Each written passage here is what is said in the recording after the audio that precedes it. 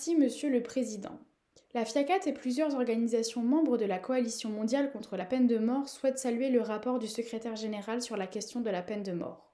Elles souhaitent insister sur deux opportunités visant à poursuivre la tendance abolitionniste sur le continent africain. Alors que le Ghana s'apprête à passer son 4e examen périodique universel, une proposition de loi visant l'abolition de la peine de mort doit être examinée par le Parlement. Au Libéria, le projet de loi présenté par l'exécutif visant à abroger la peine de mort lui permettrait de se mettre en conformité avec ses engagements en tant qu'État partie au deuxième protocole facultatif se rapportant au pays DCP.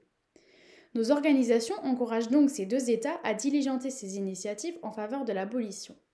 Nos organisations apprécient également que le lien entre peine de mort et torture, thème de cette journée mondiale contre la peine de mort 2022, soit abordé dans le rapport. Nous restons convaincus que la peine de mort et la torture sont intrinsèquement liées.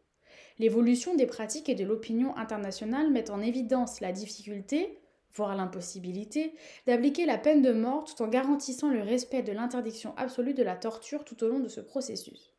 Ainsi, nos organisations estiment que, de la condamnation à l'exécution, la peine de mort cause inévitablement des dommages physiques et des souffrances psychologiques assimilables à de la torture ou à des mauvais traitements et appellent tous les États à l'abolir définitivement. Je vous remercie.